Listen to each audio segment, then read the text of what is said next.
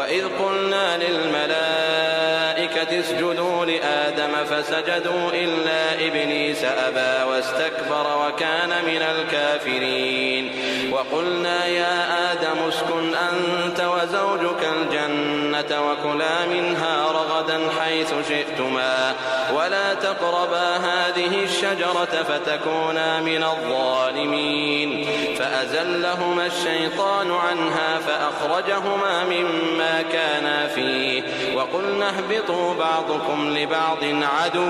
ولكم في الأرض مستقر ومتاع إلى حين فتلقى آدم من ربه كلمات فتاب عليه إنه هو التواب الرحيم قلنا اهبطوا منها جميعا فإما يأتينكم مني هدى فمن تبع هداي فلا